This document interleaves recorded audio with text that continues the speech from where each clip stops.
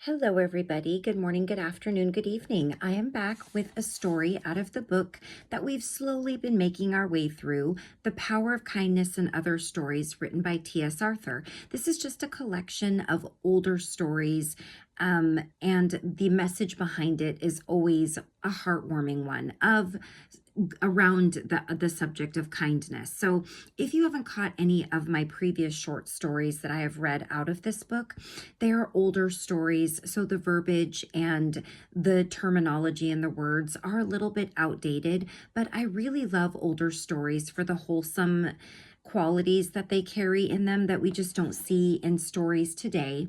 And they're just short little fun stories to read, and they always have a beautiful message. Even though the story itself may be older, the message always remains the same. So today's story is titled A Story About a Dog. "Tell us a story, Father, before we go to bed," said a little boy who spoke for two brothers as well as for himself. "What shall it be about?" asked Mr. Melville, their father. "Oh, about a dog. I love to hear stories about dogs." "Oh, yes, let it be about a dog." "Yes, Papa, let it be about a dog," ran through the circle of children.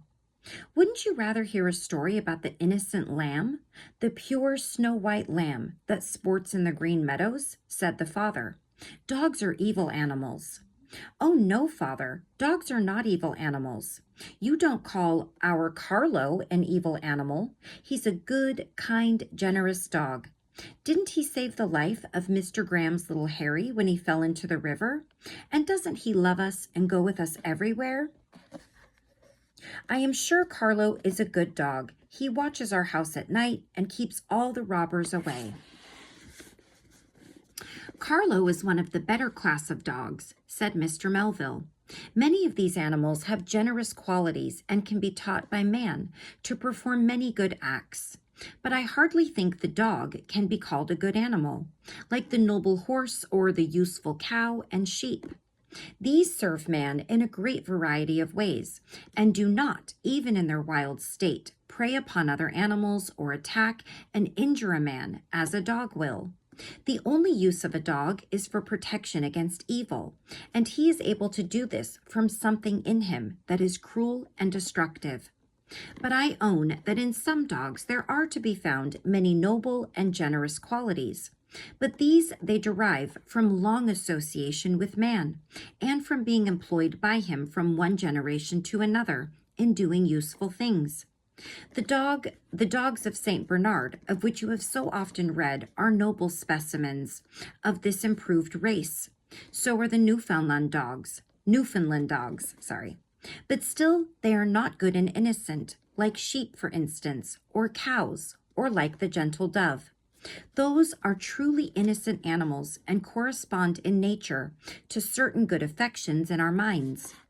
But the children still thought that Carlo must be a good animal, and insisted that it was so, and upon having a story about a dog instead of a lamb. "Very well," said Mr. Melville. "I will tell you a story about a dog, and a very interesting one it is too. I heard it or read about it somewhere recently, but I cannot now tell where." "Tell it, Father. Do tell it," urged the children. Mr. Melville then told the following story. There was a boy, we will call his name Thomas, whose father bought him a fine horse, upon which he used to ride out almost every day, accompanied by a large Newfoundland dog named Bruno. One day, Thomas had his horse brought out for a ride, and after he had mounted the animal, he whistled for Bruno, who was lying on a mat in front of the house. But Bruno only wagged his tail. He did not even lift his head from between his paws, although his dark, bright eyes were fixed upon his young master. "Come, Bruno, come," called Thomas. But the dog only wagged his tail more quickly. "You are a lazy fellow, Bruno," said Thomas in a half-chiding, disappointed tone. "I shan't half enjoy my ride unless you come." And he whistled loud for Bruno as he gave his horse the rein and trotted off. Although he looked back and called for Bruno many times as he rode away, the dog evinced no disposition to follow him. It was near sunset, and the father and mother of Thomas were sitting in front of their door, enjoying the cool, refreshing air.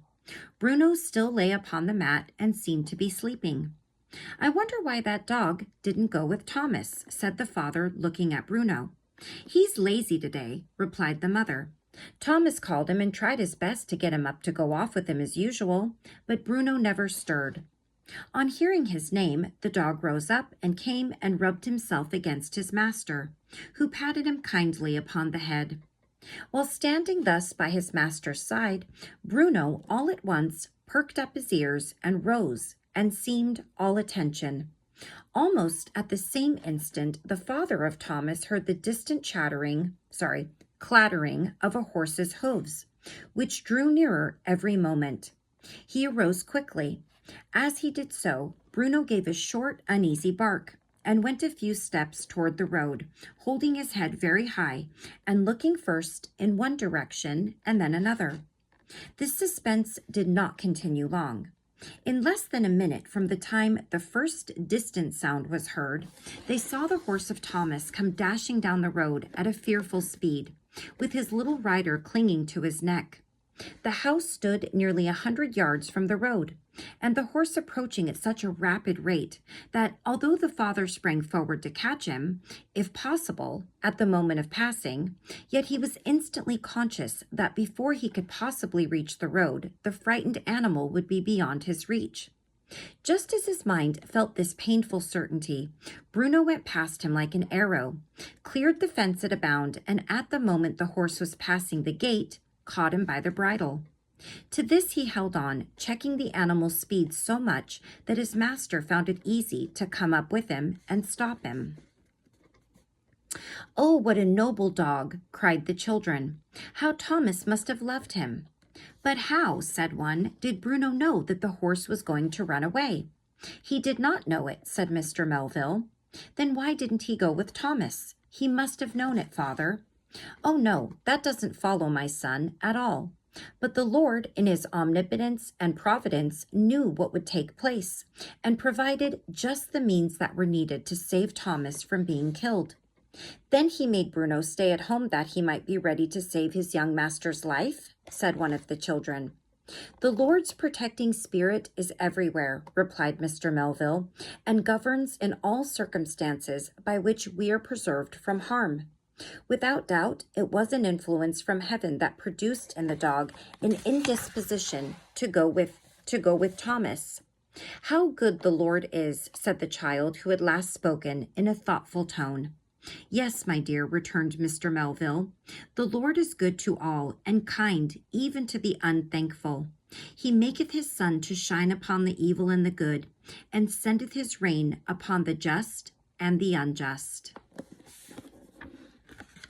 Okay, so that was our story about a dog. A cute little story. I'm not sure who would ever say that dogs are evil. Maybe someone who had a bad experience from a dog. I had a bad experience with a dog when I was younger. I got bit on my leg by my neighbor's dog. I had some little friends that lived next door to me. I was probably about 9 or 10, and they had two dogs. And Lulu and Bear, I remember their names. And Lulu was a nice dog, but Bear, I think he was like a husky mix of some sort. He barked at me something fierce whenever I would come over to see if my friends could play. And he knew I was afraid of him. I would not come into the house until they put the dog in the backyard. I would just wait outside. And one day, I went to go see if my friend could play, and her younger brother answered the door and thought that it would be funny to tell the dog to attack me. So he yells, "Sicker!" And the dog just ran out of the front door, down the patio, down the little pathway, and grabbed onto I think it was my right leg, right at behind the knee, and just latched onto me and just held on for dear life. And it was so scary. And I remember my mom put me in a bath and cleaned it up and everything. And I was so scared I was going to have rabies. I don't know why I thought that would happen, but for days I was worried that I would have rabies because I got bit by a dog. Anyways, that was my bad experience with the dog, but I've never been afraid of any other dog, and I love dogs. I love animals so much, but I just think it's funny And this was at a time, I think, when this story was written, that animals weren't always valued for the relationship that you could have with them. Animals were very much necessary for running a farm, running the outdoors, any kind of things that you needed, whether it was for dairy milk or for meat or for shepherding your animals, or protection, as they mentioned in the book. So yeah, they can be good for lots of things, but these days, not many of us use animals in a working type of a way. So they're really just our friends and companions, and most of us love them so much. I have lots of animals. I have a German Shepherd who is 11. His name is Titus. I have a cat who is 2, and his name is Bobby. I have a tortoise, a Herman's tortoise, and her name is Ellie. And we also have a leopard gecko named Groot. And my son is always bringing home random bugs that he finds, and frogs and crawdads from the creek. We've had lots of little critters. We have a black widow right now that we've had for like 2 months. We've kept this thing alive, maybe longer. And her name is Dolores Morris Chloris. That's her name. My son and his best friend next door have been keeping this thing and feeding it roaches. I know, it's not our first one either. We've had them before as pets. Anyways, pets are great. We all love them. I think it's something that most of us can pretty much agree on, if we don't agree on much else, that most of us love animals, or even just a specific animal. If you're a cat person or a dog person, I'm an all animal person. So anyways, there's our little story. I hope you enjoyed it. I love you all very much. Take care of yourselves and those around you, and I will see you again soon for whatever book we're currently reading, and of course, another story in this cute little book. Take care until next time. Bye-bye.